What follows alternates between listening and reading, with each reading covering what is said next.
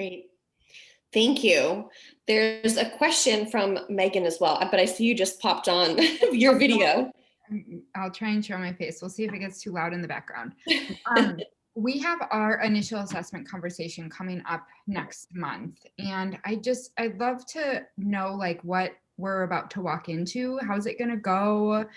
Should I do anything to prepare? And I'll also say we're like on the cusp. My son is 4.5, so about to turn 5. So it's technically an IFSP conversation right now. And we're in the state of Oregon. So I guess once he turns 5, it would be IEP, but kindergarten is also not legally required here. So we have the option to not send him to kindergarten, and I don't know, we just have a lot of decisions to make, but just that initial conversation, I'd love to know like what is this process going to be like? I want to know, initial conversation, is this post-evaluation or evaluation has not? This is the evaluation. So they'll be doing it over Zoom because we can't do anything in person. So we'll see how that goes. We have been working with like private specialists up until this point, but because we knew we had the kindergarten decision upon us, that's sort of what made me start the like official process with the schools. Okay. An early intervention. Okay. Well, I will say, as I said earlier, it's a lot of paperwork. Like there's a lot of paperwork. The very first thing they should be doing, and I'm sure through initiating the evaluation process, is discussing your rights as a parent of a child with developmental delay or disability, making sure you receive those parental procedural safeguards, so you know what your rights are and what you can say or do in terms of, how you agree with them, if you disagree with them, if you have more concerns, if you would like any more action taken. So that's usually the first thing that should be done. And then they'll just go through eligibility, and usually it's about reporting if there was standardized testing, any particular scores, and what do those scores mean in terms of how that will may translate into academics or just navigating a school, because not all evaluations, they're looking at anything specifically academic. Sometimes it's just like, how well can they navigate the playground, or can they carry their lunch tray without falling? How well can they get along with their peers, and how do they play with them or whatnot? So it doesn't just look at academics, it just looks at how your child will actually respond, or what they may anticipate, how they might respond in a school environment. Then they'll and then they'll start talking about what would your ideals be. What do you look for moving forward? What are your concerns at home, and what do you think might be your concerns with your child going to school, and how you would like that to be addressed in terms of their, and they're young. So they're gonna look at, there's called the child outcome summary, the child outcomes. And there's the ASQ. The ASQ, yes. Okay, so that was one of the, we already did quite a bit of paperwork, and that was one of them. And yeah, I was just curious, like, how is this gonna go on Zoom? Are they gonna be asking my kid questions, or like having him try and carry out tasks, or are they going to be asking me? So they will probably do both. So if it's an evaluation, most likely they're going to try to get your kid to do some tasks. I'm not too sure what assessment they might take. I know some of the assessments some of the evaluation tools that they've been given remotely has been able to, like, have they given you maybe like a form or some paperwork that says, have these items available? I know some programs are doing, okay, all right, they might not do that. So they might just watch your child. Maybe they did and I missed it. I don't know. Yeah, okay. Maybe I don't think so. Okay, because sometimes they have like a readiness form, like, okay, can you have blocks and a teddy bear and a bowl and a cup available?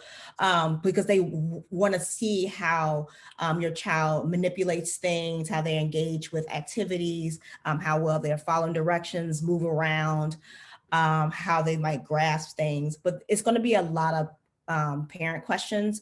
So you're going to get a lot of specific questions about engaging with others and, what are their language skills like? And I'm trying to think anything else. Oh, things about like, how do they help themselves in terms of dressing and, what does meal times look like and what does bathing look like? Just want to see how they are engaging in their early developing skills. So it's 3 outcomes they have to fill out federally to see how well they do in terms of their personal social skills and how well they can demonstrate understanding of new knowledge, like, are they learning and using new words? Are they showing some literacy readiness, like picking up a book and looking at it? Do they know their alphabet? Can they recite numbers? Are they using appropriate behaviors to meet their needs? If he or she is hungry, are they asking for help, or do they just go to the refrigerator and take out something to eat? If they need to go to the bathroom, do they ask for help, or do they just go on their own? So those type of skills, they're gonna, it might be lengthy. Is it more than one session? Because I'd be Right curious. now, it's just the one is on the initial schedule. I'm not sure what the follow-up would be. It sounds like they would need to decide that after the initial one. Yeah. And I know we had to like provide sort of names to his childcare provider and pediatrician and specialists and everything. So I'm sure there's more conversations there. Sorry, it's a little loud in the background. I'm curious, do you think that it's through a regional service district here in Oregon? Like, shouldn't I anticipate that they would make any recommendations on kindergarten readiness, or will that be entirely up to us as a family to figure out? It could go both ways. I know they typically they try to, if they think there's a need in terms of like developing IEP or IFSP, any type of services, they might actually encourage enrolling in school. But if it's your decision, there is no legal mandate in your school district. They might give you options, maybe certain community programs or maybe specific activities that you can do to kind of help stimulate some of any concerns you may have or they may have. They might notice during the evaluation. I have other questions, but I don't want to like hog the time. I'm happy to give up the floor. Not. No, this is why we're here. And this is what Sharice's, this is what her expertise is. So ask away. It's best to be prepared. It's about to get crazy in the background because everyone else is supposed to come in or about to come in. I just heard the garage door open.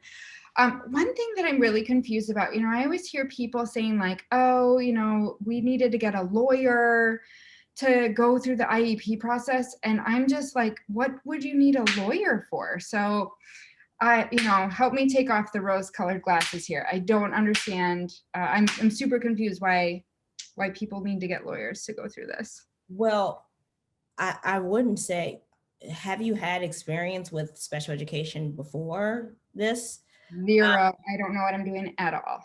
I will say this, some families do feel comfortable having an advocate if they feel very overwhelmed because, this is a legal procedure. The IEP, IFSP, they are legal documents, so when you have that legal document, you have to be able to hold the school accountable for this is what you're saying that my child needs, and you to make sure you're actually implementing everything to the fullest extent possible. That is the actual law. So some people are just kind of overwhelmed and just want to make sure that that's in play. I don't say you would necessarily need anything unless you get into issues of, maybe not getting your services, or I know when families might have issues with a particular, sometimes certain regions of the country, there are certain services that are really difficult to get. And so like there might be a lot of lapses in those services. And so you want to make sure that there's always that's always happening.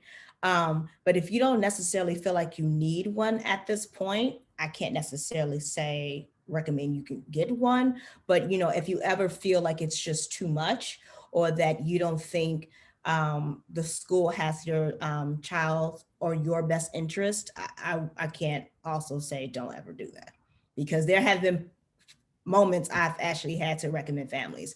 You might want to look into some legal support. And I'll say this to attorneys, parents who are attorneys. And I've told them, like, you might need to get some legal support because your child has been without this particular service for a couple years now. And Okay, that makes sense. Just sort of like the putting together the documentation, and then if you feel like it's not, the commitment isn't getting met. right. Okay, okay.